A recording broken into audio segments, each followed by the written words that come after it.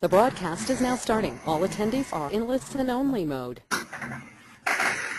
Good evening, everyone. My name's John Cox, and I'm one of the two people that's going to deliver you this fun-filled webinar tonight. So just on a minute before 8 o'clock, we just thought we'd get in there early. We've got so much information to cover tonight. Hope you can all hear me loud and clear. If you'll put your hands up, those of you who have not been on a webinar tonight, you've got sort of a set of controls on the right-hand side. You can put your hands in the air like you are at a property meet, and you can stick a question in the box. And Mark Hansen, who's a few 50, 60 miles up the road, is going to be obviously joining us in a second. I just thought I'd just take a moment to introduce the Property Investor Academy, which is on your screens now. It's been set up by Richard Simmons, who's the host of the Surrey Property Exchange, who's the person that's left in the picture, if I just bring it up a bit. And then we've got David Humphreys, the tall chap in the middle, who a lot of people will know, and myself popped on the end, which is John Cox. I'm the co-host of the Bucks Property Meet as well. Whilst we wait for a few more people to join us for this webinar tonight on Mark Anson's top tips using flyers, I'd just really like to say that the aim of the Property Investor Academy is to deliver as much content as we can possibly get over in different ways, through pre-meets at property meets, through webinars like tonight. Both of those that I've just covered are free. Wherever we can get a pre-meeting, a property meet around the UK, that'll be delivered for free of charge. And also the webinars again, so it's our aim there. The webinars are our way of getting out as much content available for, with people, the experts, people like Mark Hansen delivering the webinar, and then obviously we've got an offer at the end of the evening, so pretty much enjoy the webinar. That'll be content rich. It's for people that have given an hour and 15 minutes of their time to get as much information as possible, and then if you want to become a master of that set subject, then obviously you can join us. But without further ado, I want to introduce Mark Hansen, because he's got so much information. We just couldn't let him make it to Christmas without giving him a chance to share it. So Mark, can you hear me? I certainly can. Good evening, John, and good evening, everyone, and welcome to the webinar. So I'll just pass control over to Mark, and we can kick this show on the road, and we'll let Mark explain a bit more how he's going to do it. So you should have control, Mark. I've got it. Excellent. Good evening, everybody. Welcome to the webinar. This webinar is how to maximise your returns when using flyers, and thank you very much for your time, and thank you for joining us. What I'm going to do is try and get as much info into this next hour as I possibly can, because there seems to be, and I've seen on the forums and in meets and talking to people and stuff, sometimes there's a bit of confusion about flyers and when to use them, and how to use them, and what to use them. So we're just going to go through some kind of basic steps. And this is, it's an art, not a science. You're quite welcome to ask as many questions as you want to, and pop them in the little box there to ask the questions. Post on Facebook if you've enjoyed the content and you've enjoyed the webinar. That'd be fantastic, because I do quite a bit of marketing on Facebook and I'm quite active on there. And yeah, let's shall we crack on with this. For those of you who don't know me, a quick intro. I've been in property for a number of years now, and this year I've spent the whole year travelling around the country. I've done over 50,000 miles now, and I've spoken at 60 property meets this year alone. And what I do is I've got three specialities. I go into a patch and I dominate the ground in the patch to get leads using various marketing techniques, and today we're going to concentrate on flyers. Then what I do, I turn those leads into deals, and I show other people how to do it. And then we trade deals as well, so we trade deals and pass deals to other investors. So they're my three specialities, and that's some pictures of me around the country at various property meets. Basingstoke Pins there, Birmingham Pins there, that's a great one. John's Bucks Property Meet, which is kind of my home meet. Down in Brighton in the middle. I'll just grab this marker so you can see this. That's us at Brighton. And then the B&V forum, which I'm quite active on, that's Ovace's forum. So that's me. And what I'd like to do is I'd like to show you a couple of examples of deals that have done this year, and these have come from. Oh, my slide clicker's not working. How come my slide's not working? Technical problem there. Can't seem to click onto the next screen. Why can't I do that?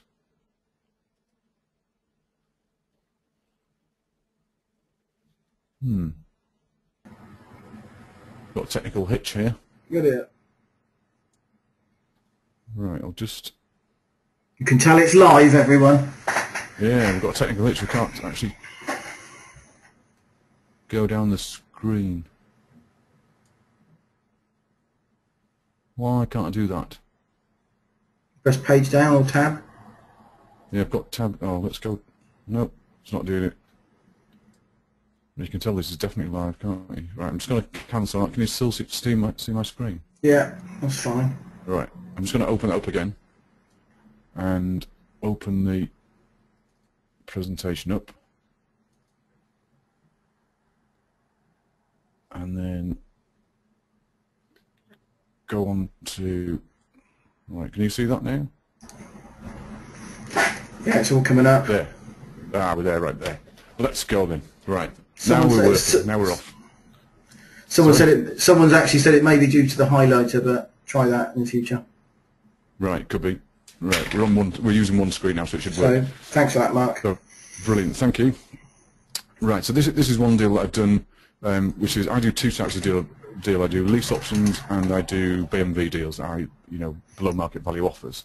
So this is one deal that was at the beginning of this year. It's a deal in Morecambe. It's a lease option deal. The asking price on that was 160. The outstanding mortgage was 148. I'll use this highlighter again to see if it works. Yeah, so the outstanding mortgage was 148, and what we did, we traded the deal on to somebody else, another investor, on a lease option. So we did a 12-year lease option. It was cash flowing at about £785 a month in cash flow. So the win for the vendor was the fact that the actual owner lived in Portsmouth and the property was in Morecambe, and she was struggling with managing it. She wanted out, so we got her out of there for 12 years, traded it on to another investor, sold that contract, not the property, because it's a lease option, so we sold the contract for £6,995. Cost us around £1,500 to put the deal together.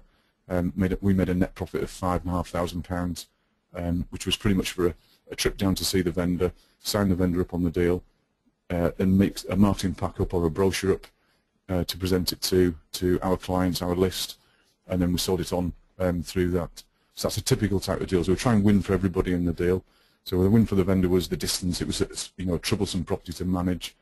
A win for the investor was that they got a cash flowing property at 785 for 12 years, plus the capital growth that would make in 12 years. And a win for me was we got £5,495 cash at bank. So we try and win for everybody in the deal. And that's one particular deal I do, and this is a lease option deal. And I'll show you the leaflets to market to get these later on in the webinar. Oh, it is the highlighter. I can't do it again. Oh, it's stuck. If you perhaps untick the highlighter, Mark. Yeah, I've unticked the highlighter. Let's end show again and start it again. Yeah, the highlighter's not letting me... Oh, there we go. Right, I'm not going to use the highlighter from now on. Right, this is another deal. This is a BMV deal, and this uses a different type of leaflet, which again I'll show you in a little while. But this deal was in Basildon. The asking price on this one was $219,995. We agreed a price of $148, so we bought it at $148, sold it for $157, and charge a packaging fee of $6,995. And this one was a BMV deal, or a below market value deal, which cost around $3,000 to put together. So a couple of solicitors and brokers and valuers and stuff. So the net profit on that one was $13,495, which is quite a good chunk, because we get paid as soon as it completes. So it only takes us about 6 weeks to get paid. In this one, the win for the vendor was, it was a divorce case. She wanted out of the house. He wanted to move on. The couple wanted to move on with the rest of their lives. The win for the investor was they got a property with over £50,000 in equity, and the win for me was I get £13,495 cash at bank. And this is a B&B deal, and these two different types of deal use different types of leaflets to get the lead. Because the first thing is we need, when we're running a property business, is we need the lead. Then we need to turn the lead into a deal, and then we either there's two things we can decide to do with the deal. We either trade the deal on to somebody else for a fee, or we keep the deal and put it into the portfolio. So there's two different types of way of getting the lead in the first place. So in 1 month, these two particular deals dropped in the same month.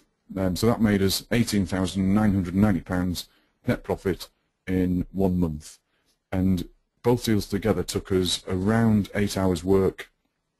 They were both 2-hour trips out to see the vendor.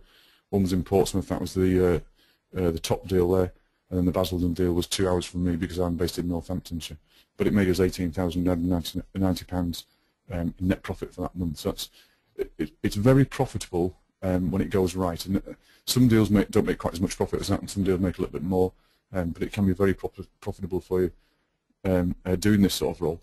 And the thing is, this isn't a standard, trading deals isn't a standalone strategy. Like there's lots of different strategies out there that you could do, but trading deals isn't a standalone strategy. It's one of those strategies that I believe everyone should be doing, and I think everyone should be doing, everyone in property that is, because at some point, if you're just buying properties to add to your portfolio, at some point you run out of money, or your money will get stuck. If you're doing flips, your money you can't get your money out for 6 months, or sometimes when you come to revalue a property, it's not quite high enough, so you can't get all of your money out if you refinance. So trading deals or trading property isn't a standalone. It's something you do along the way as you're building your portfolio.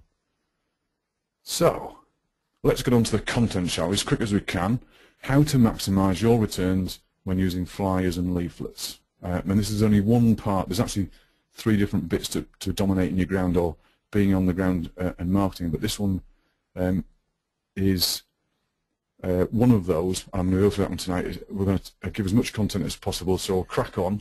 Mark, I've got a couple of questions, so I'll just fire a couple of questions at you because they're both.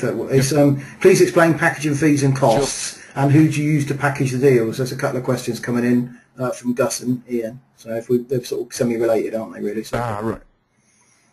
Sure, yeah, absolutely. Well, packaging deals is all you need to package a deal really is 2 solicitors that know each other, work together, and a broker. So a mortgage broker, and use a trade broker, so someone that's in the trade, not a high street broker or one that's tied to a bank or a building society, but one that's independent and works in the trade. And 2 solicitors that also work in the trade, and they work together. And what we do is we pay the vendors' solicitors' fees for using our solicitor for our recommendation. They're quite open to use their own if they want to, but they'd have to pay it, so that's an incentive to use one of ours. And if they use one of ours, we can chase the deal through and keep on tabs of the deal, and keep abreast of the situation all the way through to completion. So packaging deals is a whole different subject, which drop me an email and I'll help you out in whatever way I can, by all means. But it's on this particular webinar we're going to go through flyers, and I've got loads of stuff to go through. So let's see if we can crack on with the flyer stuff. Great, thanks for that, Mark. So which leaflet do you? Because there's millions out there, and I'm sure you've come across, or some people have come across the bright yellow ones with the black writing on. Shall I try and use a highlighter again, see if it works? Oh, I'm going to risk it here. Or we'll use a spotlight.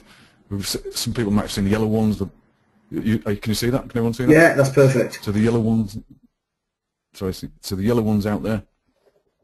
This is a regular leaflet, and then there's white ones and all different colour ones. Which one's the best one? Lots of people say, well, which leaflet do you use? Well, what I thought I'd do is go through the different types of leaflet and how to design them from scratch, and then you can decide which one you want to use in the future. It hasn't worked again. There'll be a button, you just got to deselect it, as is, sort of unselect the pointer or the highlighter. How do you I can't see how you can deselect it. It's got to be an icon. Is it like an icon where you deselect it and just go back to the presentation? Normal non-drawn mode. Yeah. No. Right. Yeah, but won't let me flick down the. Oh, that's. Okay, that'll be the last time we try that. That's the last time using the highlighter.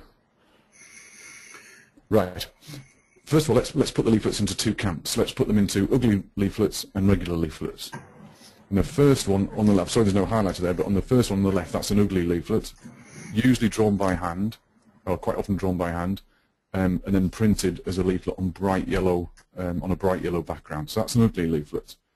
The one on the right is a regular marketing leaflet. It doesn't, the colour is irrelevant at this point, but it's a regular leaflet, and it's got normal type. It's printed, looks professional. So they're the types of leaflets. Now, the one on the left, I'll go back to this ugly one. The one on the left is primarily, and this is an art, not a science, so it's not golden rules, it's just guidelines. Primarily a yellow leaflet is for lease option deals. And again, primarily used in areas, kind of middle class estates, you know, the cul-de-sacs and the long roads and the semis and the detached houses, that type of thing. Because the yellow lease option leaflet is not for people that want to sell fast because they're struggling financially. It's for those people that want to move house because they may have a job move, but they're not in financial, you know, in financial trouble.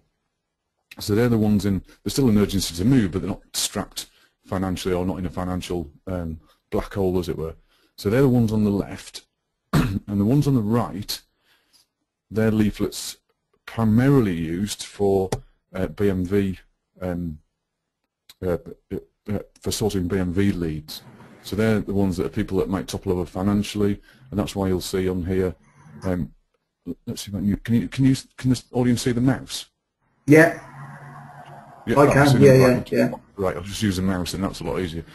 Okay, so on this one's it's typed in there, and notice on there it says repossession stopped, cash offer in 24 hours, no fees, cash fast, and they're the typical features of looking for somebody that's in a financial black hole, or they've toppled over financially, or they need some help financial help, and they need to get rid of their property because there's something in their property that they can use to get back on track or back to the start line, as we often say, with their leaflet. So the right-hand side one's for BMV deals, left-hand side one, the ugly one, is for lease option deals. That's two definite separate camps so we can put them in to start with. Now let's go on to designing our leaflet, and I'd like to ask the audience, and you can raise your hand here, or tell me where you looked at this picture first. Where in the picture did you look? And the reason I ask is this is a shot I do some charity work in Zambia, and I was there. I've been 3 times this year, and I was there recently. Got this shot on the way back to the airport early one morning. It's actually a sunrise, this one. Yeah, most people are coming in with the sun, Mark. Everyone's pretty much, most people. Everyone's pretty much the sun. Got a few comments on the tree, but predominantly it's the sun. Excellent, and that's what most people would say, and that's what I would say. And this is one of the features of, or one of the key elements of marketing is we didn't look at the sun first because it's interesting, because it's just a blob. What we did was we looked at the sun because it's the brightest part of a picture or a photograph, and this principle has been used for years in photography and in advertising. And what we do, because we're in the Western world, the second part of the picture we normally look at is we actually read from left to right and at the top of the left-hand side of the screen. So we'd look at the sun first initially, because that's the brightest part of the picture, and then we go to top left. So what we'd most likely do, not everybody, but most likely do, is look at the bright part, which is the sun, then look at the tree in the top left, and that's where most of us look, or look at an advert or a leaflet or some form of advertising, or indeed a photograph.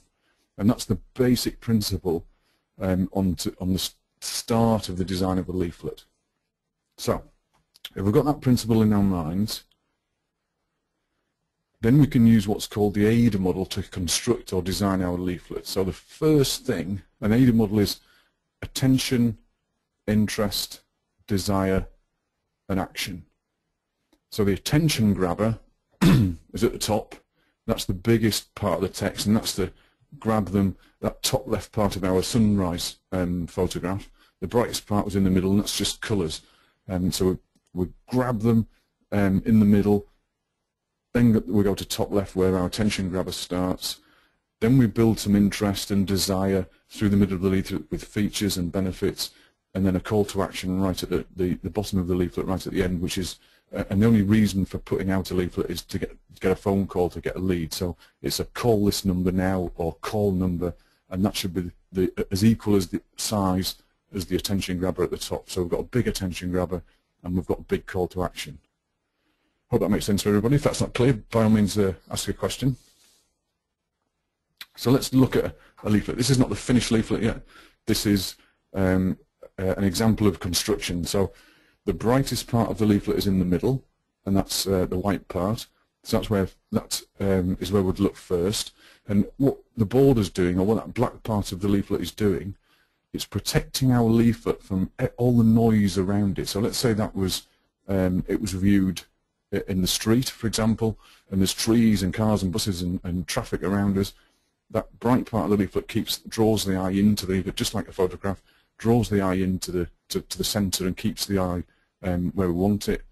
If it was a newspaper advert, for example, it would again protect our advertisement from all the noise around it, all the other adverts around the page. And try this for yourselves. Look in any of your local newspapers and look at which advert stands out on the page, and it's usually one with a border. And in fact, in classified adverts, you know, the classified sales team at newspapers, what they will do is they'll sell adverts in the classified with just line ads, and that's a certain price.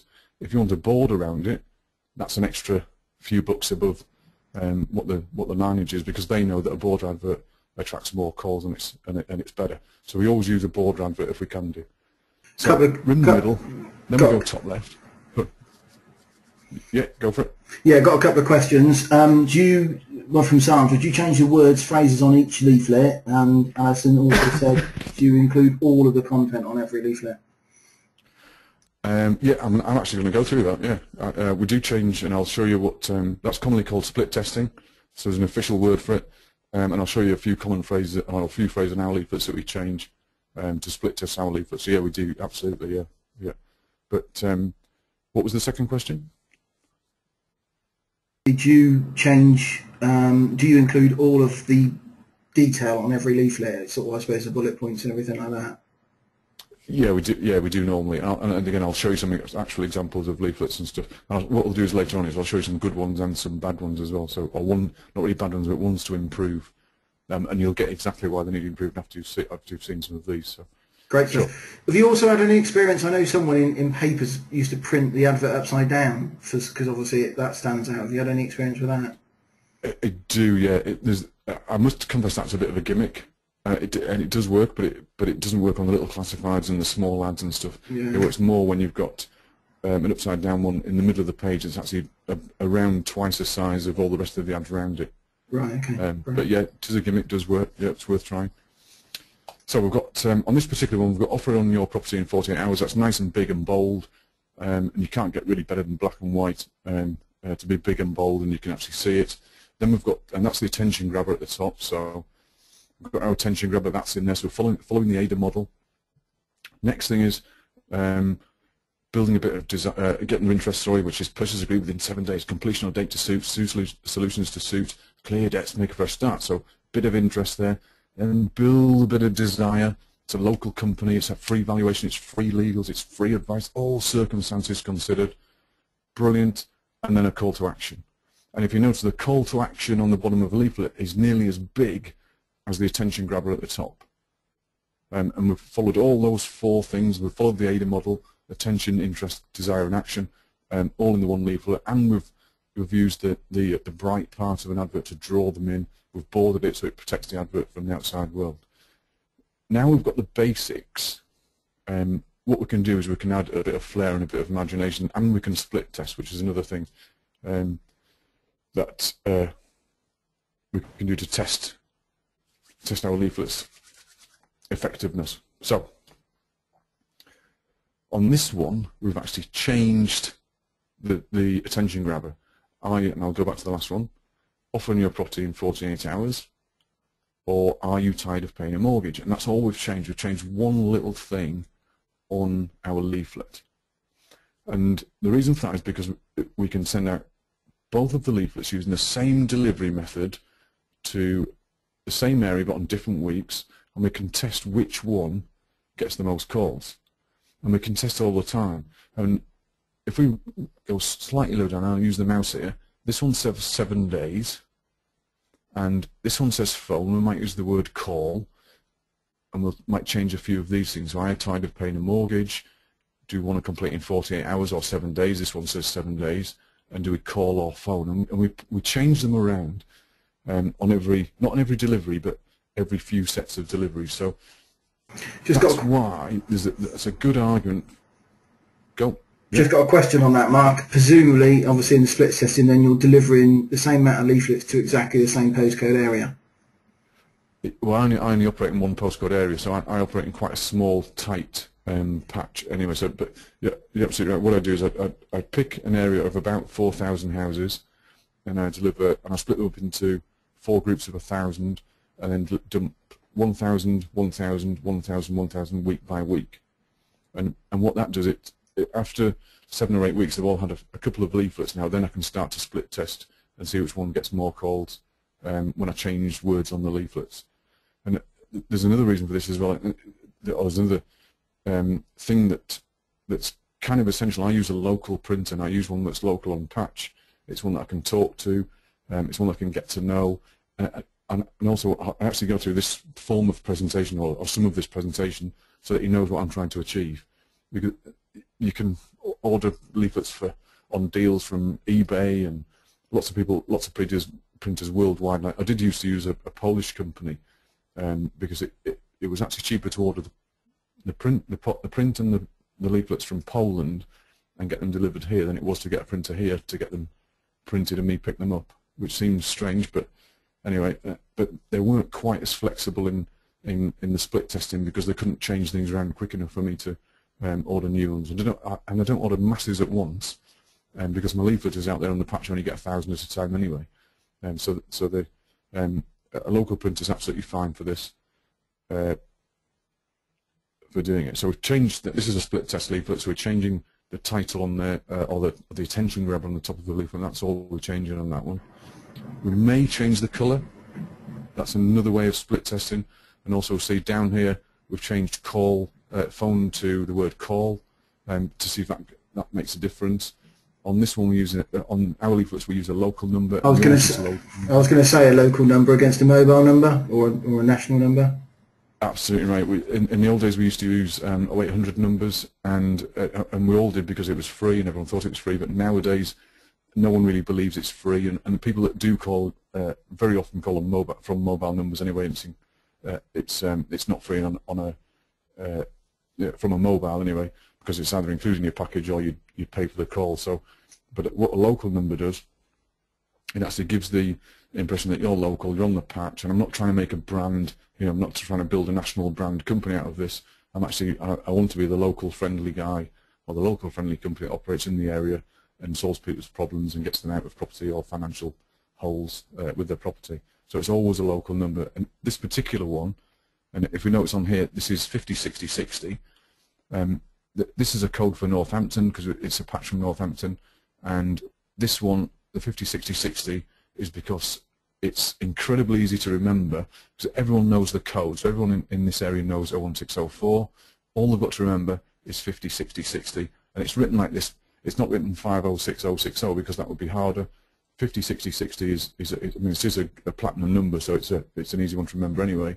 But written in the easiest way, or printed in the easiest way to remember, in case the leaflet gets put in the bin or gets forgotten or stuff, or it's definitely an easy one to remember. And we use that principle for boards, bandit boards and signs and stuff as well. So it's nice and easy to remember. Good. Got a question, Mark. That's a split test leaflet. How do you get them delivered? That's actually, yeah, in fact, I will answer that now. What I do, I was going to say it's not, I wasn't going to go into delivery actually, but it's a relevant question, so I'll answer it. Is on a patch that I'm working on, what I'll spend a few weeks doing the research on a patch.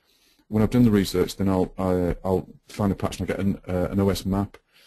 OS maps are brilliant because they use they go down to house level as opposed to Google, which only goes down to street level. So an OS map's fantastic, and I've been doing this a few years. So what I can do is lay my OS map out on the table, and I can figure out the patches pretty tightly using the OS map.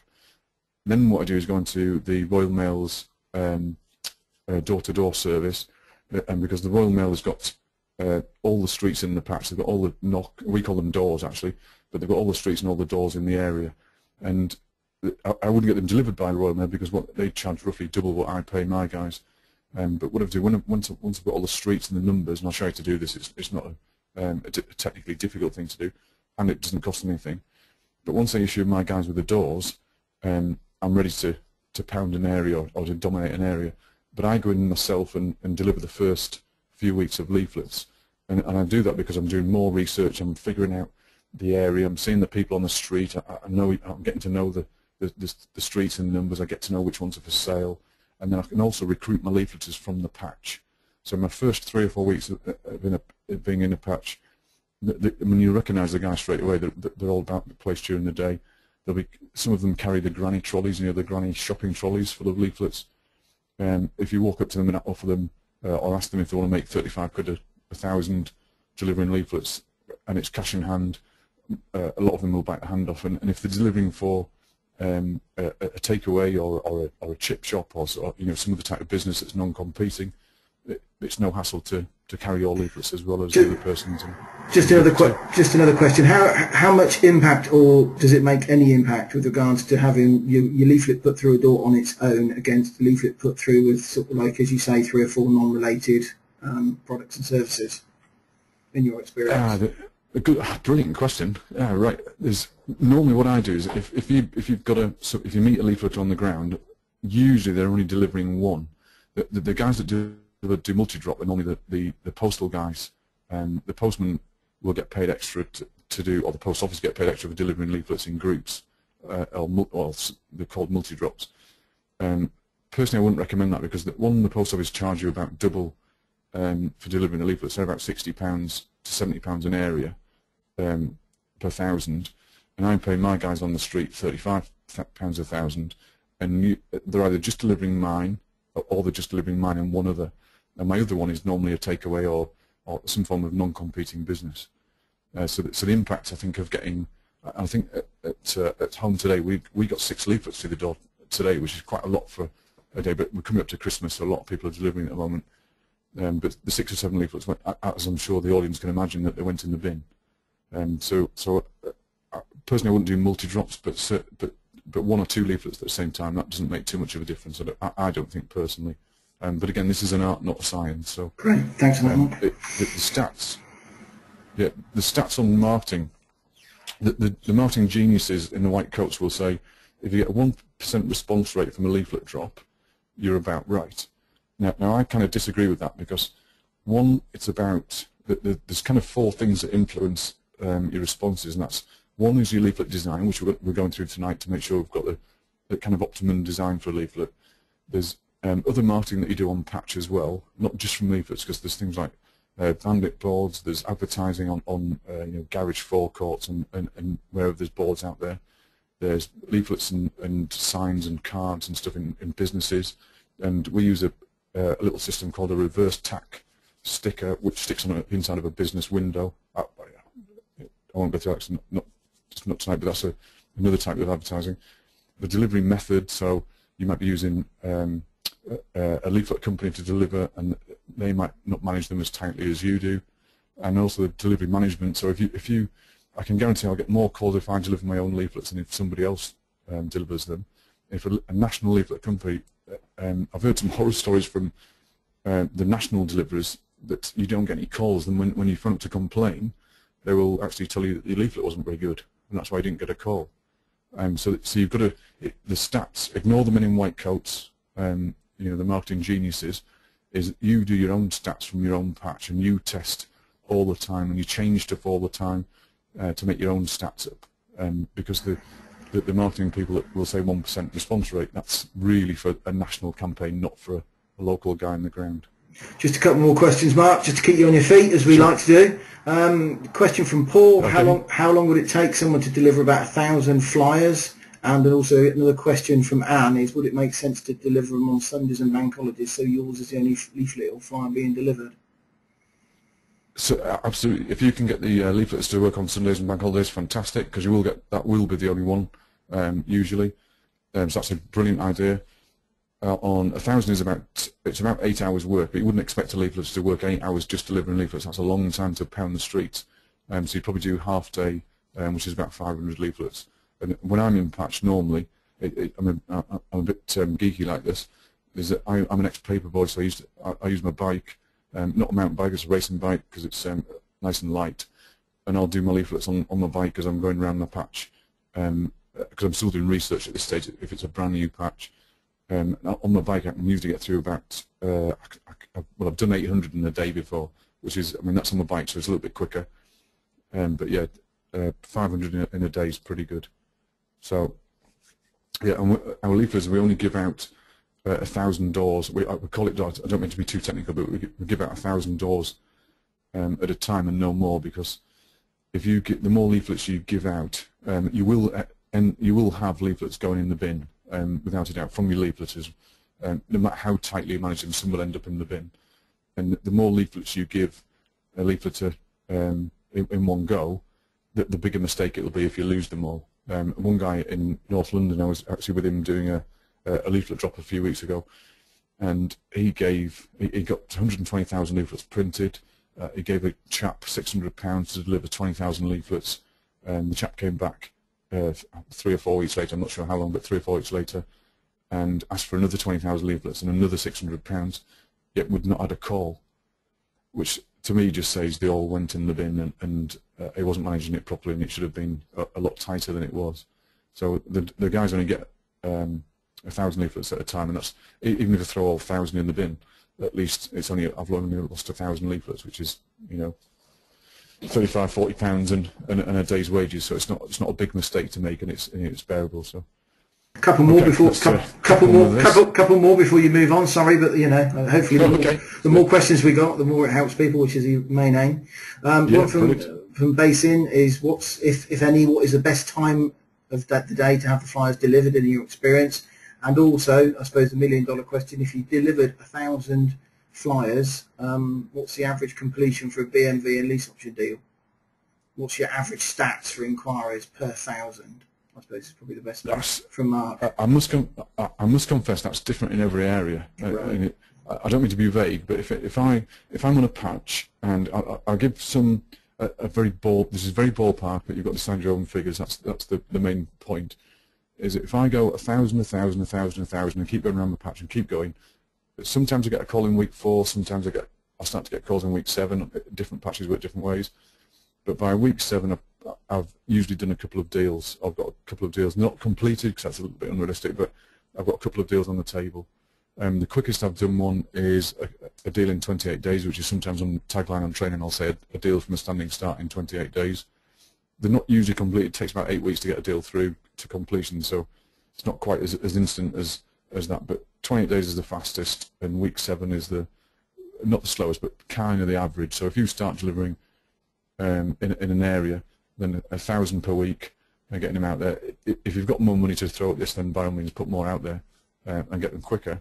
But usually it's on what I tend to do. It's slightly slower, because if I'm doing the research on a patch and I start to do my leaflets, and I get my systems in place, and then I put my leaflets in place, and I put my management in place, and I've got the printer there, and other forms of marketing that I put on the ground.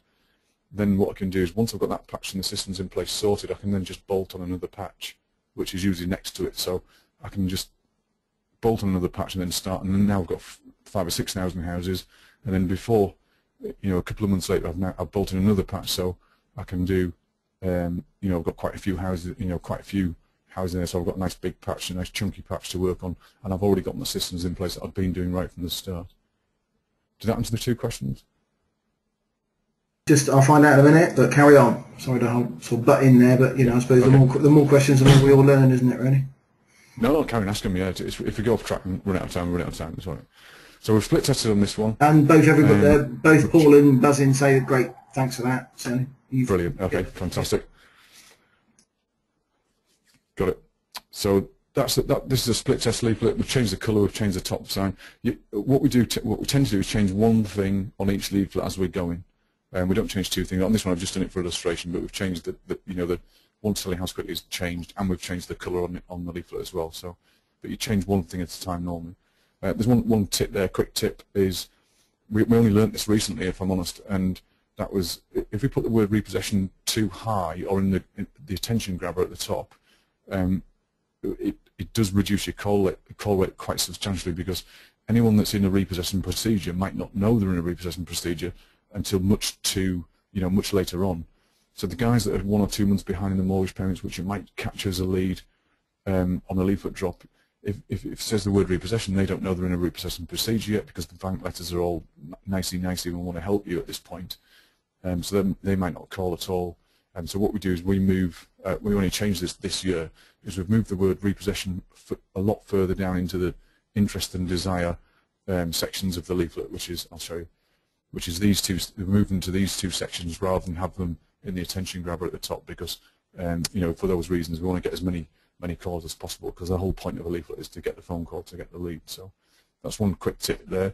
And then again, we don't do this on all the leaflets. I'm trying to show you a lot of tips on the same leaflet, but we've changed that one from purchase with agreed within 7 days to purchase agreed within 48 hours, just to see if it grabs any of them, it grabs any more calls in. On this particular one it didn't, because I remember doing this one.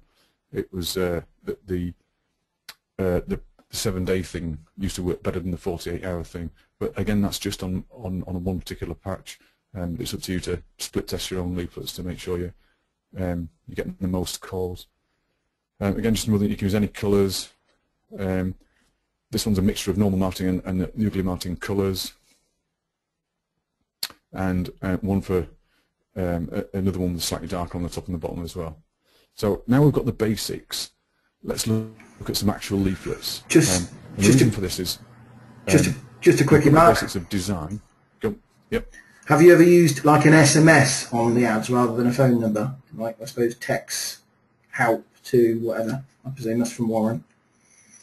I'm actually yes, I have, yes. Not on leaflets, but I use SMS on, and what Warren's talking about there is SMS texting, which is a 5-digit number, and sometimes called text marketing.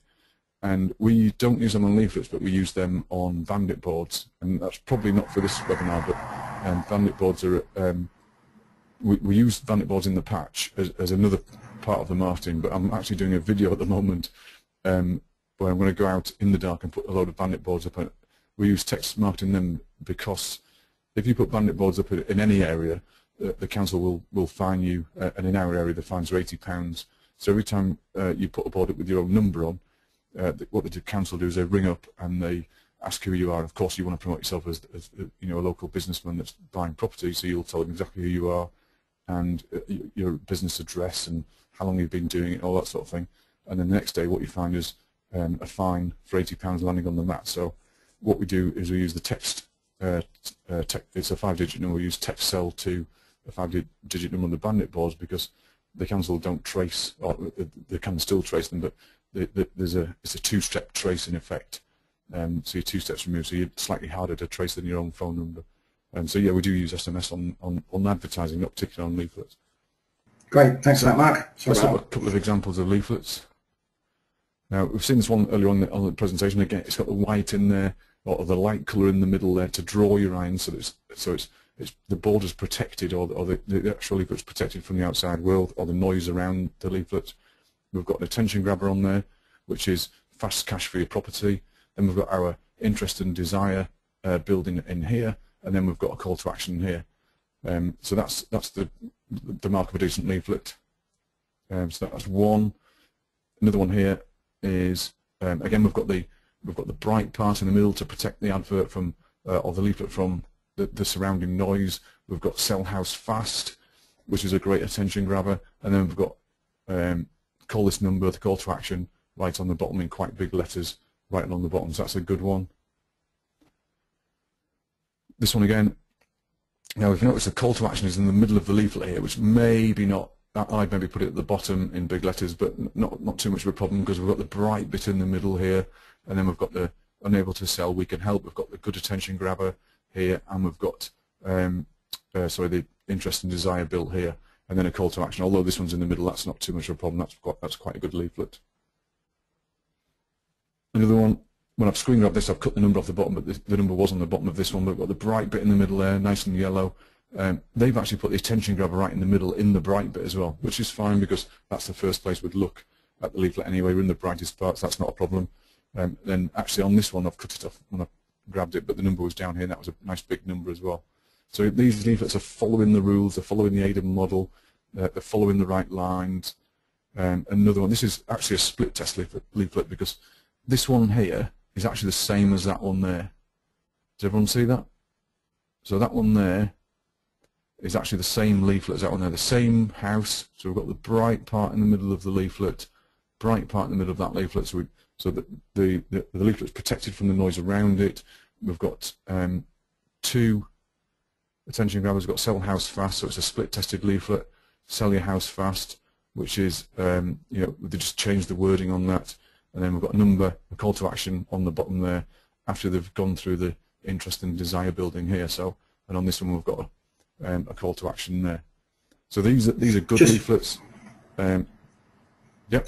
Just a question, Mark. I mean, you've got two distinct types there. You've got like a corporate sort of body that's obviously awaiting the phone call, and you've got also other people have used things like Call Mary or Call Anne. A lot of people use a female name. You've got experience or comments on both?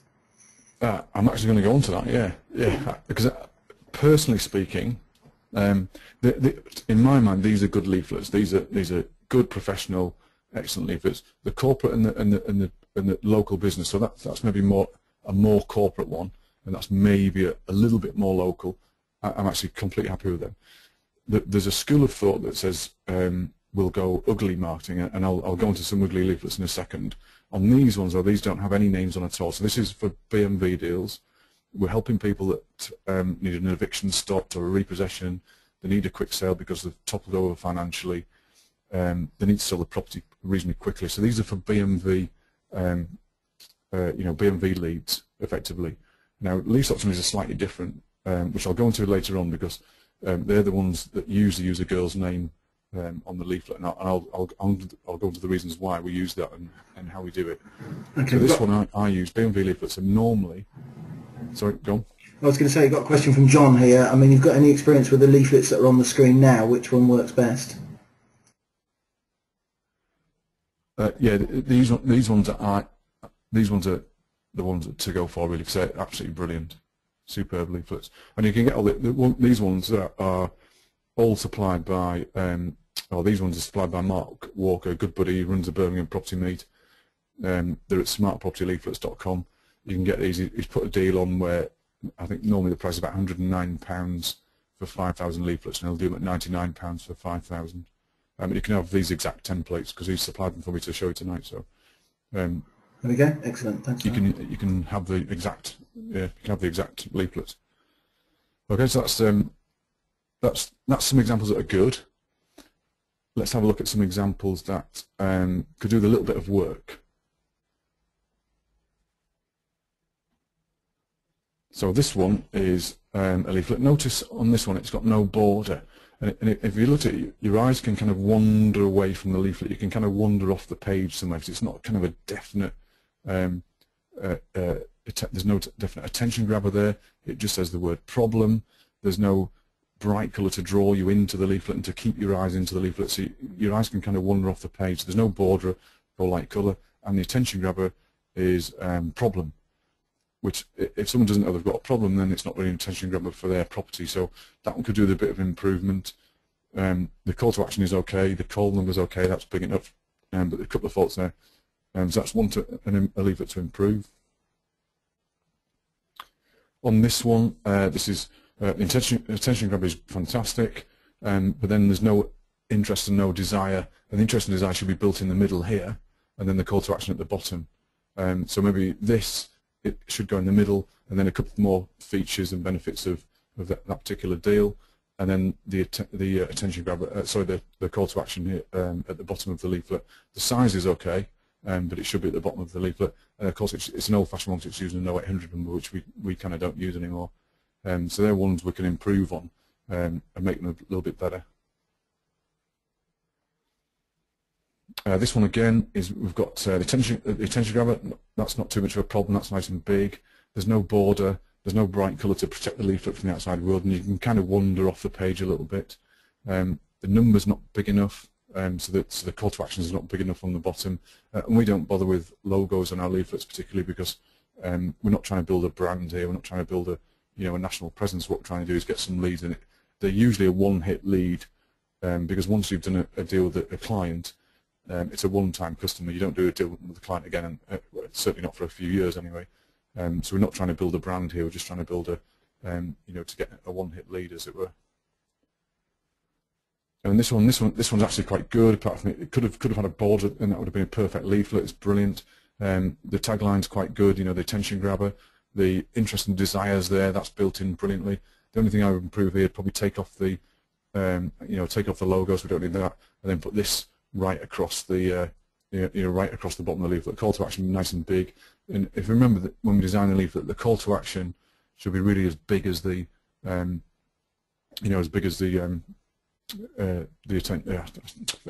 attention grabber. Sorry, my words muddled there. So there's some ones to improve. Oops, going the wrong way there. You can have all these templates. As I say, these are supplied by Market Smart Property Leaflets. You can have all the templates, and I think he's got like 50 you can choose from. So there's quite a few there. So they were from BMV deals or BMV leads. Now if we look at don't forget this is an art, not a science. We're looking now at lease option deals, which are slightly higher grade properties. They're ones in people that haven't fallen over financially. What they've done is they might want to move house, for a job move or something. So they're not particularly financial crisis type properties.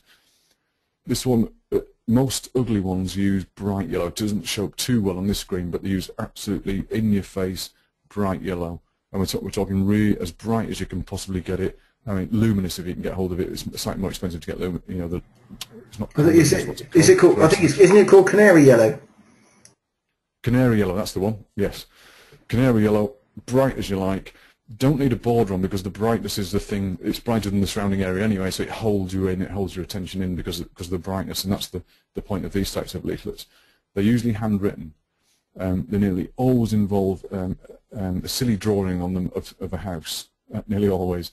And the handwritten, there's one particular fault with this one which would change probably is that number there, if everyone can see my mouse there, that could be a 7 or a 1, depending on how you look at it. So we'd probably make it a little bit more definite. We'd just do the single stroke as the 1 rather than that, just to make it a little bit more definite. Because even though it's made to look handwritten, and the reason it's made to look handwritten is because it's made to look like a bargain. So if you see a bargain like the flowers in the lay-by advert as you're driving past on your way home from work, you might see flowers £5 for a bunch of roses written on a cardboard, a sheet of cardboard by a lay-by. That's to indicate that it's incredibly cheap. And this is the process here, or this is the thinking here. It does work. It is a valid form of marketing. We don't particularly use it as a regular thing in a patch because we go after 2- and 3-bed terraces as BMV deals, not particularly lease option deals. So we don't market particularly like this as an initial strategy. So again, there's another one. Now on this one, the number's improved now because it's actually typed. So you can definitely see it's a 1 there. There's no mistake in that. So it could be a 7 or a 1. And it's still handwritten. If you notice on this one, it's got the original from the regular marketing. It's got the original attention grabber at the top. It's there, so grab the attention. All the interest and desires built up in there, and then a call to action at the bottom. So it's actually not far off the principles of ADA, the principles of normal marketing, just in bright yellow and handwritten to give the impression that it's a bit of a bargain. Another one, this hasn't come out in the right colour when I've screen grabbed it, but it's actually a yellow one. House wanted, need to buy a house, so attention grabber in the middle, bit of desire and action there, and then a call. We've not handwritten the number here, we've actually printed it as well, so that's a pretty good one as a leaflet. A lease option leaflet, I should say. And again, this one's actually typed but made to look like handwriting, a little bit more personalised. Again, a daft drawing of a house. They quite often have daft drawings of houses on these ones. Now, I can't fault this as a marketing strategy in a particular type of area. It doesn't work on one of my patches because I go for BMV deals.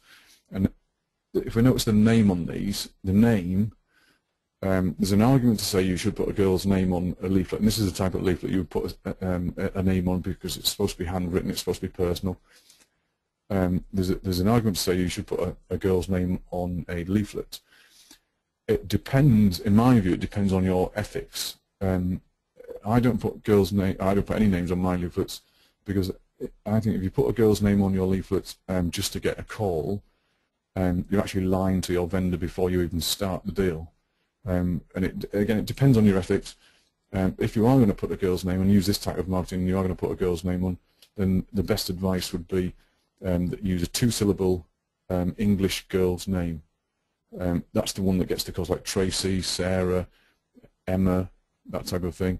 Reasonably modern sounding, and you'll get more calls than if you put a boy's name on, or a complicated name, or you know, Rosemary or Violet or something like a 2-syllable English sounding girl's name does get more calls if you're doing this type of marketing. And then it's up to you wherever your ethics are to you know, whether you use it or not. So I mean, basically, you're saying if so we're all on. I was going to say, basically, you're saying if you're taking the calls personally yourself and you're a bloke, you're starting off on a bad foot, aren't you? If you've got a leaflet that's gone out sort of caught Alison on X, Y, Z, and you know, vice versa. If you're a female and you've got a bloke's name on it, it sort of sounds a bit crazy. The other thing as well, going back to the sort of more corporate flyers, they all have website addresses on, and obviously the ugly ones don't. What's your feelings with regards to how important is a website? In my view, I don't put websites on at all. We do put websites up in a patch when we go into it, and it's a cheapy website. It's less than £100, including the hosting. And a website in a patch is just to prove you exist. It's not for anyone to. Obviously, you can get email through it and stuff and get contacted, but it's just to prove you exist. If you're going to go down the route of website marketing and go down the route of PPC and you know, Google AdWords and stuff and market a website, then you should get one that's you know, that's reasonably built. And it's set for PPC, and anywhere from £300 to £600 to get one of them, plus your marketing costs, and that's a completely separate way of marketing into an area. So presumably, if you're sending some flyers out, yeah, I was going to say, if you're sending some flyers out saying Cambridge property buyers, you know, are in the area. Oh yeah, we'll put the web address on there. Yeah, absolutely. Yeah, that goes on there. So that's another way of contact, but the website's there just to prove you exist, not really for marketing purposes. Okay, brilliant. Okay, now I hope that's been a little bit useful.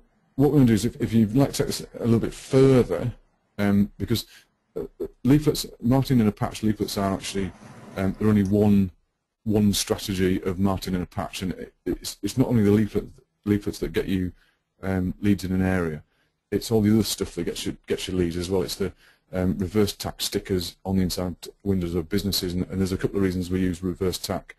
Is because if you put a card in a business and you pay £5 a week, you know, in a betting shop or in a newsagents or something, what they'll do is they'll write the date the card went in the window, and they'll put it in, you know, they'll put it on the notice board, and they'll take it down. You know, they go around every couple of weeks and take the ones down that are old.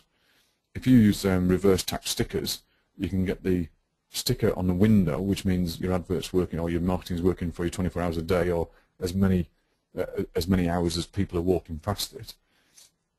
Plus, the chaps in the small businesses they can't write on the back because it's plastic, so your advert will stay on there for longer and stuff. There's little tricks and tips that you can use to what I call dominate your ground or dominate an area. So it's not just the leaflets that are going out there. Another one is using plastic leaflets or vinyl leaflets that are sticky.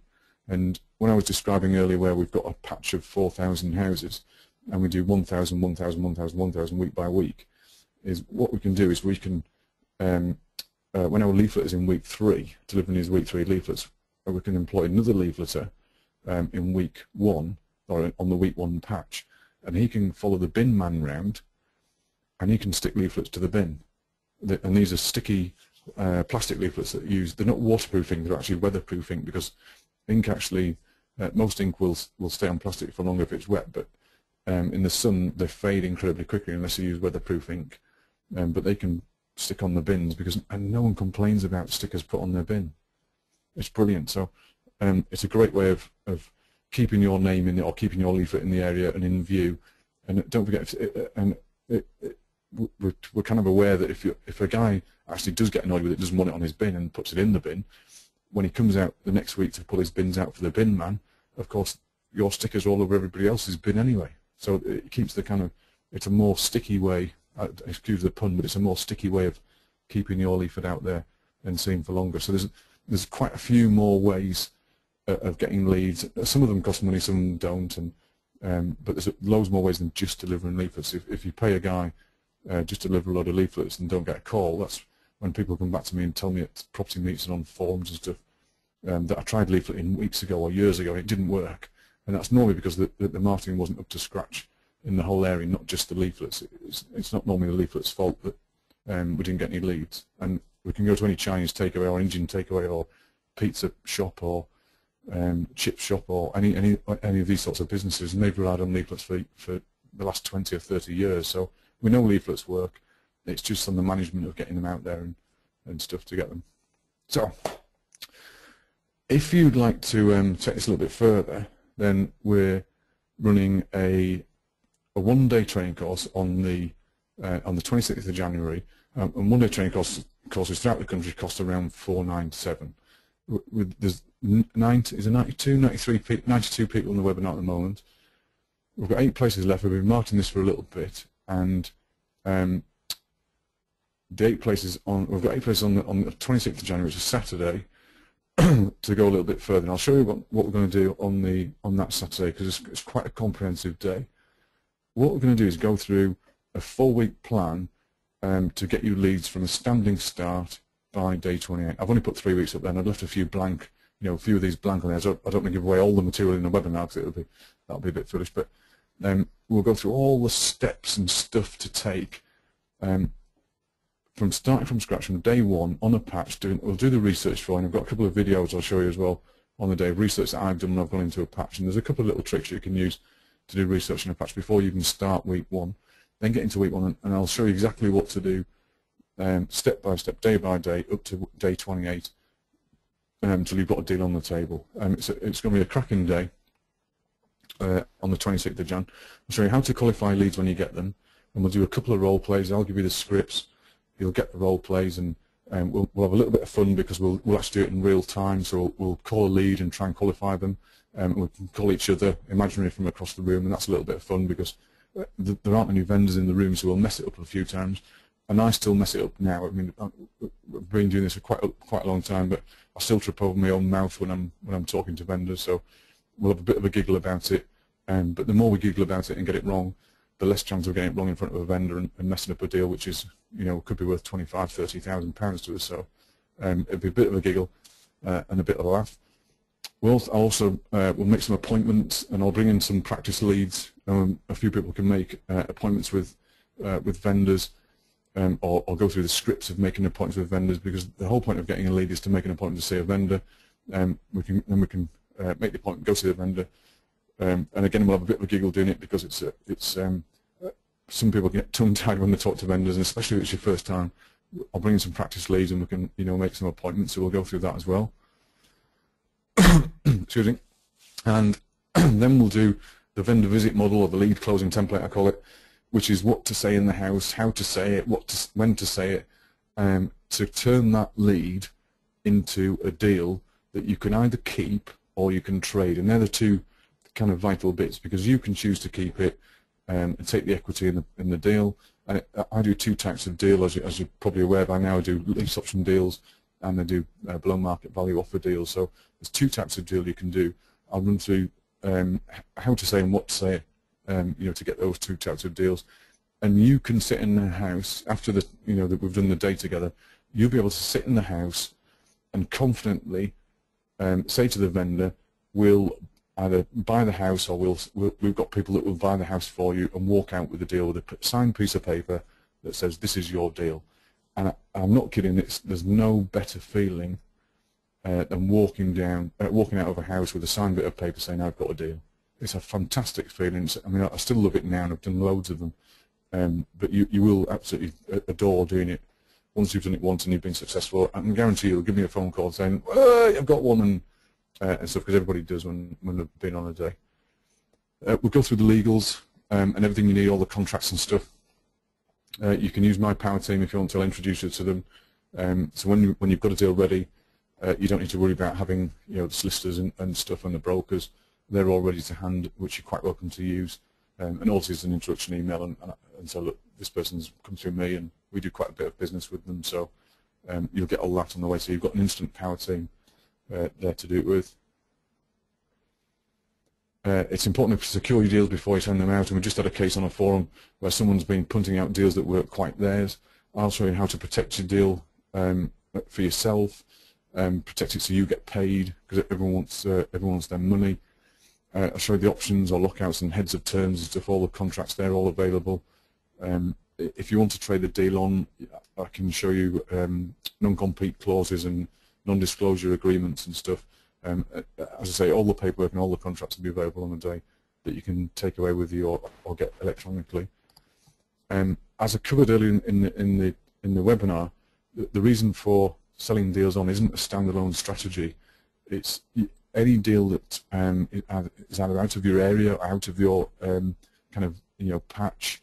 They don't meet your criteria, because I do 2 and 3 bedroom houses, and you might want to do the same. I mean, you decide yourself what to do, but if something comes up, I don't want 6 bedroom houses, so I probably wouldn't keep it. I'd trade it out. If it's outside my area, like the Morecambe deal I mentioned earlier, I'd trade that one out because it's too far away.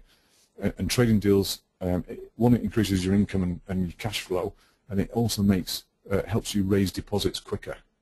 And because at some point, if you're just buying properties, at some point what will happen is you'll run out of deposit money. And when you run out of deposit money, your money's stuck in a deal. You come across a deal that's fantastic, you want to take it, but you can't because your money's stuck, and it's not a nice place to be in. So if you trade deals or pass them on, it will help you raise deposits a lot quicker. And if you can't secure a deal, so if you let's say you haven't got funds or you're short of funds for deposits, because even for smaller houses, 2-bed terraces are still 80 grand. That's a 20 grand deposit. If you haven't got 20,000. You probably couldn't secure the deal if it was a BMV deal. Trading it on will mean that you can secure the deal and then trade it on for cash. If you haven't got deposits to start with, you can build a business out of it, out of just trading deals, which is a fantastic way of making a living.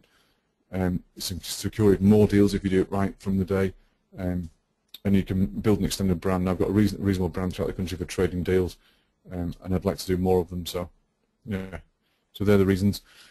We go through the process flow, and I'll go through all that with you in a little bit of detail of how to get them out, how to get from the lead to selling the deal. And we'll go through all that process on the day as well. How to get paid, where to put it out to, how to get lists, who to sell to, why to sell it to them, how much to charge, how to. That's actually a question from Graham that's just come in. What would you get from trading a property deal approximately? You get anything from well, let's say you just passed it on and didn't do any packaging at all. You could charge anything from £3,000 to £5,000 for the deal. If you package it on the legals and on top of that are extra. And the thing is, most people, if they do a deal a month, that usually replaces their income or can replace their income. So one deal a month will replace most people's standard income, which is not bad for doing one deal a month. It doesn't take you all months to get one deal done. So if you're marketing a patch, you should be able to do two to 3 deals a month out of a patch, and they're just trading them, and that's not include keeping them. So, yeah. So great. So and also, the course is $497. I'm going to make you an offer in a second.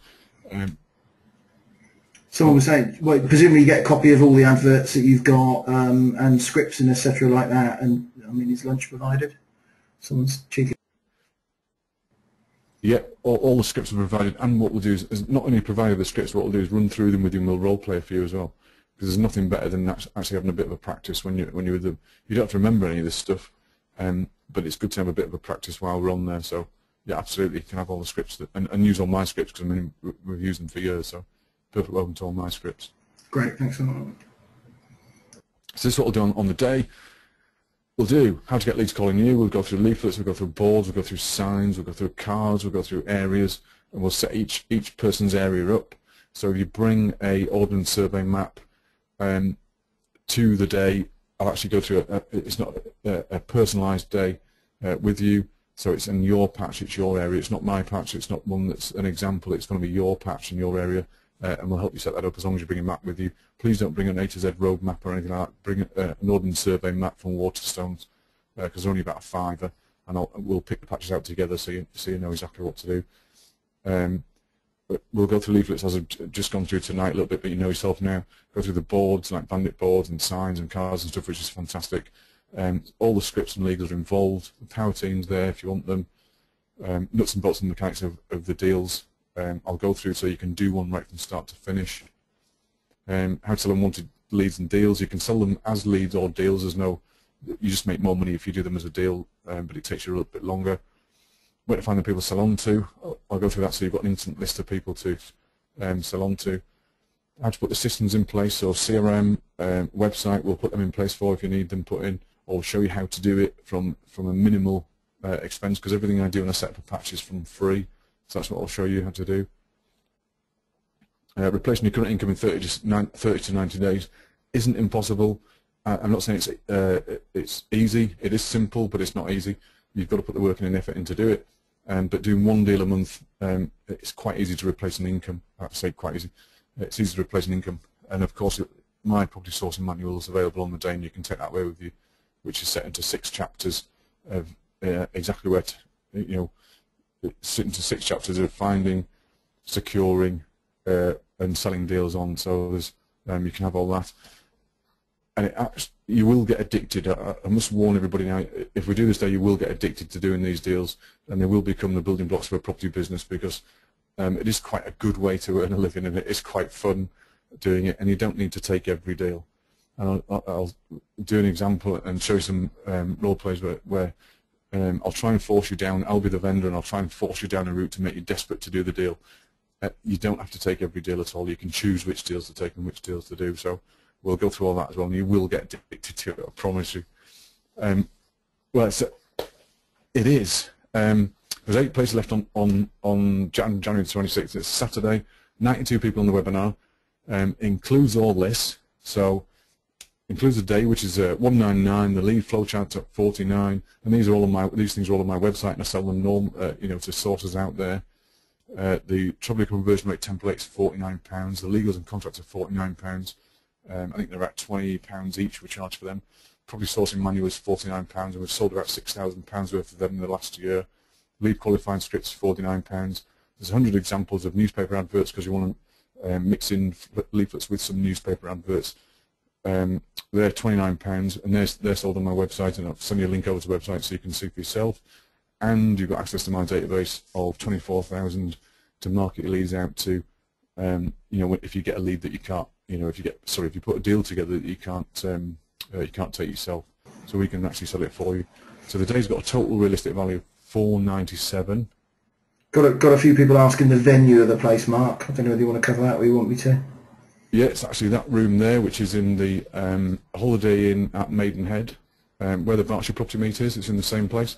In fact, it's in the room just down from there. And that's 9 AM till 6 AM. And we'll go through 6 PM. Some more things we've got on the agenda. This is going to be a bit of a full day, man. That was 9 AM to 6 PM. 6 AM. I know you can steal a bit of time, but we've just lost 3 hours then. You're thinking of the end of the world, so that's the problem, isn't it? I was, yeah, absolutely. So it's actually 9 AM to 6 PM. Sorry about that. And we're going to go through the importance of planning. I'll fill in all those blanks early from a planning template. So from day 1 to 28, you'll get the whole lot. We'll research your patch, and it's your individual patch, not an example patch from anywhere. It's actually your individual patch. So you'll leave the day thinking like, excellent, I can get to work on it. And I will chase you a month later, because I want deals out with you as well, because we can both make some money together when we sell the deals later on. Flyers at work, you know how to design your own flyers now. By all means, contact Mark Walker on Smart Property Leaflets and get some delivered. And if you do that before the 26th, bring them to the meeting. I mean, that would be grand, and we can show them off and stuff. And it motivates us all to, we can motivate each other by doing it. So I'll show you through finding deals, patch marketing. There's a lot of other things apart from leaflets that get you deals. So we'll go through some patch marketing and show you some stuff that works. We'll do a website for free. I'll show you how to. That takes around 2 hours. for yourself, you could probably do it over lunchtime, actually. If I show that in the morning, probably do it over lunchtime and have one done, and it's ready to go. Customer relationship management systems, there's a choice of them, but as I say, everything I do is from free, so we'll try and put into that free. Making appointments, securing deals, scripts and visits and scripts, packaging deals for later on, and completing deals using our parent team if you need them. If you've got your own, you're quite welcome to use your own. But that's what we go through in the day. It's quite a full day. There's a lot to cover, so we'll get through it all throughout the day, hopefully. Just reiterating that total real estate value of $497, and I'm going to make a no-brainer offer for the guys in this webinar. This is the place to go, propertyinvestoracademy.com/workshops/property-launchpad is the website, and John's going to put that up in the little box. This is only for those people that, one, agree to be filmed, because we want to film the day, and for those that would provide a testimonial afterwards. It doesn't have to be on film, it's just to put out. So if you're not comfortable on camera, that doesn't matter too much. We can just write if you wouldn't mind writing a testimonial for us, and those that would be okay using your words that you've written on your testimonial in public, and post on Facebook and all that sort of stuff. So that's quite good, because I market quite a lot on Facebook. If you agree to those things, you don't mind a cameraman being in the room, because we're going to film a little bit, and provide a testimonial, and you're okay with me putting the testimonial out there in public. It'll only be on Facebook and LinkedIn and that type of thing, but out there in public. Then what I can do for you guys for doing that, then I can get more people on the course. Next year, with a total real estate value of $497, and you've seen that, and you can go to my website. Well, if you drop me an email, I'll send you a link to my website, and you can see that everything's on there as normal. We do quite a bit through the website. They're all on there at those prices, not a bluff. But you can have it as a no-brainer offer of $199. Now, we've only got 8 places on there, and there's 92 people in the webinar, so I'd do it pretty quick if you want to be on there. I've just popped the I'll pop the URL. The link's gone out to everybody. Excellent. So the link's on the little box there. You also get 100% cash time money back guarantee, and the money back guarantee is that if by lunchtime you're not happy with what you're being taught, just hand your course materials in, and you get your money back. It's not if it's not a deal for you, it's not a deal for me. I want people that actually want to be in this, get deals, secure deals, and make £20,000, £25,000 when they walk in a vendor's house, or when they do a deal on their area. So it's about getting deals and stuff, and actually making the money, not just for the learning. There's no reason to take my word for it. There's some testimonials, and these aren't testimonials from people, the general public. These are testimonials from people in the industry. So they're quite powerful testimonials. Richard Shepherd runs he's the host of Property Networking Club in Manchester. Rick Mobson is an investor in Manchester. John Case is an investor in Manchester. Cyril Thomas hosts the Essex Property Meet. Spike Reddington hosts one of the biggest PIN meetings in the country in Nottingham. Yvonne Emery, well respected, and hosts the PIN meeting in Cambridge. And Richard Coulson is the host over in Norwich there of the PIN meetings. They're testimonials from industry insiders. So I kind of put a lot into these days. I'll give you the best value I possibly can out of them to set you on your way, as a property launchpad. I think so. Just over it then. Yeah, all I was going to say, Mark, a couple of things is what one person was saying. I've just lost my train of thought there, but I'll just go on the point I was going to make, which is I think it's a great thing to obviously jumpstart, obviously launch your property business, but also knowing you. The great thing is, if people start getting leads, that's their next sort of problem they have to solve, is how can I, pass these deals on, and to have you in the equation for people to pick up the phone and say, I've got a lead, can you sell it to your investors, is just a great, until they get their own investors, it's just a great sort of open and shut sort of solution, really. Oh, absolutely priceless, yeah, because we sell deals every week, but our guys get a blast email every Tuesday, and what happens is we sell deals we put the brochure together, which I'll show you the brochure, when we sell deals from Wednesday to Friday through the database. So it's a great avenue to sell deals that you can't take. The other questions I was getting is a few people have dropped in late on the webinar, so yes, a recording should be sent to everybody automatically 2 days after today. If you've got any sort of thought of coming on the desk, we've got a few comments of lots of people are booking already, so just bought it, so that's really, really good news. I'd grab the places now. Obviously you can listen to the recording at your leisure, I've shared a few days with Mark, and it's just going to be an awesome day. It's going to probably be a very intense, long day. but obviously Mark's got a vested interest in getting you up and running as quickly as possible, really. Say no more. Absolutely, yeah. I mean, I want you to succeed, and it's about doing, not about spinning the cloth and learning about this stuff. It's actually about doing it and getting out there. So just to go through that, you've got the property intensive day, which is 199. You've got the lead flow chart, 49. Trouble conversion rate template, which we'll go through in the afternoon. That's 49. We've got legals and contracts, 49. They're some are £9 and some are £20 a piece. Property sourcing manual, which we sell for £49, and we've done about £6,000 worth of those. The lead qualified scripts, £49, and they're on my website. You can check yourself. And 100 examples of newspaper adverts at £29. I'll email John a link to the website, and you can have a look at all these yourself. Anyway, it does equal £497, and we're doing it for £199 for tonight. So it is a bit of a bargain, and it is only for those that can prove testimonials. And if you've booked on today, please put a post on Facebook if you enjoyed the webinar as well, because that helps us get more people on these courses in the future. So you've got the bonuses and you get the money back guarantee as part of the day, and I'll put everything I can into the day to make sure that you're successful, or you've got the launch pad for being successful in your part-time or full-time property career. It doesn't have to be full-time to start with, so you don't have to risk everything. And lastly, I'll be honoured to work with you, because the guys that supply me deals, I've worked with them for quite some time. What we do is we do one deal to start with, we learn how each other works and get to know each other, and then we'll trip over a couple of things, and then get them right, and then we'll make a couple of thousand, and we think, oh crikey, this is actually quite easy, and then we get into a bit of a flow of it, and we sell more deals and make more money. It's a fantastic way to make a living, it really is. But I'd love to work with you on the 26th, and lots of people. Oh, sorry. Yeah, well, I was going to stop you mid-throw there, Mark, but yeah, got a couple of questions from other people. But I know we are overrunning a little bit, but I mean, at the end of the day, I'm sure people can carry on to listen to some of the questions. It's a question we often get is, will this work in London? So do you want to take that one first?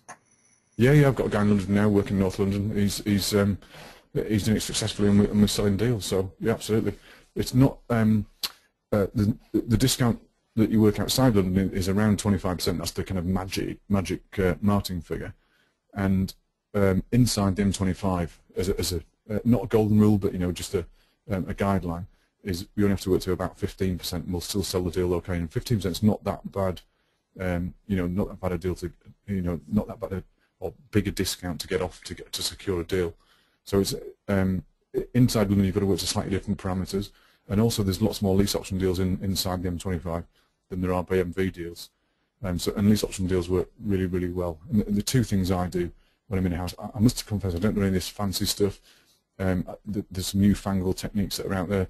I do below market value offers, and I do lease options. I'll show exactly how to do them, what to say to the vendor, and how to construct the deal, and how to put the deal together properly to either keep it or trade it. But yeah, absolutely, they do work in London. Yeah, without a doubt. Got a few more people saying they've just booked, so thanks for that. And also, what do people need to bring on the day, Mark? Any sort of to maximise their return? Yeah, absolutely, maximise your return. What I'd do is, if you go and pop into a Waterstones before Jan 26th, buy an ordnance survey map. It's got to be an ordnance survey map, and it's got to be a $1 to $25,000. I was going to say that doesn't matter too much. That reminds me, we did get a question on which ordnance survey map, so if you can probably elaborate on that answer as well, that'd be great. Yeah, sure. It's, they're either 1 to 25,000 or 1 to 50,000. It doesn't matter too much which scale they are, but they include your area. So if you're trying to pick up, if you're based in London, for example, you do not want to do an area that's Bolton. It's not about that, because you've got to be in and amongst it. So it's got to be no more than half an hour from where you are. That's the kind of my general rule. I mean, I've got one patch now that's 40 minutes away, which is a bit of a pain, if I'm honest. So any more than 30 minutes is just a little bit too far to get to. And what we're looking at, I'll show you the tips for when I've got the map on the table. You can all do it when we're there. Is we'll spread our maps out. Then we go on. You can bring your laptops as well if you want to. We'll get an internet connection in the hotel, and we'll do the research. So that you can spot an area, and you can use somebody else's research. So there's a company called Kaki out there, which is CACI, it's a weird name, but CACI, look these up yourself, that they do reports on patches. And the reports, Duncan Bannatyne uses these to cite his health clubs, supermarkets use these to cite their stores. Now, if every property investor had thousands and thousands of pounds to buy one of these reports, they do the research for you. Now I've used CACI before on a patch, and they do cost quite a lot of money. I think it's 450 quid for the research done. But the reports are fantastic. But you don't need to spend that money. You can use another company's research to do your research for you, and I'll show you exactly how to do it, because it's actually as soon as I go through it, it takes a little while. I can't explain it tonight, but it takes a little while to explain it. But you can recognise a patch within about 15 minutes once you know what to do and how to do it. So it's a fantastic way of doing your research before you go into a patch. So realistic value 497, as I said. Mark, all I was going to say is what type of, Ian's saying what type of OS map, is there sort of different types or anything like that? Can you give any more, I mean, that's probably the easiest thing is if you sort of copy the ISD, is it the ISBN code or anything like that of a map you've got, we can sort of email it out to people. In fact, if I've got, right, does anybody mind me going quiet? John, can you talk for 2 seconds? I'll have a look at mine. 2 seconds. Okay, I hope that's what you mean, Ian. So Mark will shoot over. There's also a couple of more comments from people that are booking on the day. We're looking to, as soon as you book, what we do is, as Mark dissembles his office. Yeah. Sorry for the acoustic shocks everyone got there. But we will be sending. We'll be sending out joining instructions, map of the hotel, everything like that. Will go out 7 to 10 days beforehand, so hopefully that's all okay. Yeah, I've got my map. It's called an Ordnance Survey OS Land Ranger. Land Ranger, there we go. Yeah. Yeah, and that's the 1 to 50,000 scale, and that's a perfect map. Andy's also commenting on here, which is great. He said there's an Explorer version as well, which might be better because I suppose it's like a higher scale. So it's obviously The Explorer range is 1 to 25,000, which is good as well, as long as it covers your area. The 1 to 50,000 is a slightly smaller scale that still works, but it's a bigger area. So as long as the map covers your area, that's fine. Great stuff. And I'm using the bigger one, the 1 to 50 at the moment in an area, and that works. It's quite a big one.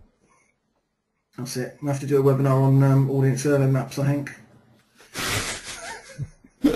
Oh, do you know there's so many types? Amazing. Yeah, there is quite a few. I mean, these are all free actually, electronically from the Ordnance Survey website, and we try to do it online because it's free. And when we got onto there, you can download them free, but you have to download an area. And an area covers about 90 maps, and it takes a good half a day to download. It's a mega.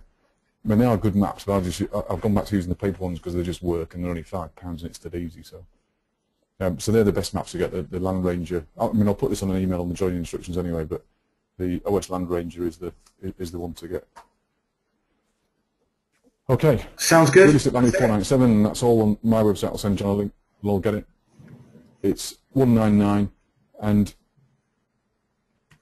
thank you for allowing me to speak with you tonight. I hope you've enjoyed it. If you have, please post on Facebook that you've enjoyed the webinar, because I quite enjoy doing this stuff. I'd like to do more of them, and I really look forward to working with you in the future and seeing you in January on the 26th on the Saturday. It's going to be a long day. I do put a load into this to make it successful for you. Just one more. Want you to be successful. One more question, Mark, before we let you go, and then that'll be another 15-minute overrun, so more value for people. Will this work in the northeast of Scotland, and is there still people up there wanting deals? I'm sure you're the best person to answer that question. Yes, absolutely. It will work in the northeast of Scotland. In fact, I've sold deals in Inverness. I'm not sure if you're in Aberdeen or Inverness, but it works in Inverness. That's a cracking place to do it. And Aberdeen is almost a metropolitan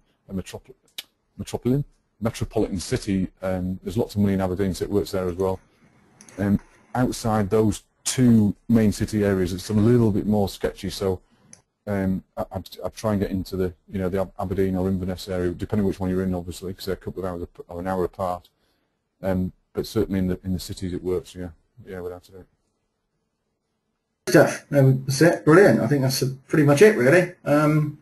So I suppose there we go. We'll leave the screen up for everyone to have a look at it. We look forward to seeing as many people on the day as possible. It's going to be fun with Mark. It's always fun doing stuff with Mark, and it's at a great location, pretty much central to most people, which is Maidenhead, and easy to get to. So all I would like to do is thank Mark. I think, again, if people want to carry on putting some comments in the box of any other subjects you want to hear from, also comments like Mark said, what he's doing there, he's getting his harmonica out already. You're just your musician, your musical nightmare. And basically, any sort of pointers on the webinar, really. I think Mark's gone through so much content tonight from my point of view, which is great. I think there's lots and lots of content for people who's given up an hour and a half now of their time. Hopefully you found useful to it. You found it useful. There's a recording going out as well, so you can play it and listen to it at a more leisured pace. But thanks for all the positive comments we've had popped in the box. And on behalf of myself and the Pitt Property Investor Academy, I'd like to thank Mark. That's excellent. I've enjoyed it and learned quite a lot as well. So hopefully you won't be wasting as much money on flyers again. And look forward to seeing you all on the day. So anything else you want to say to that, Mark? No, just thanks for joining us.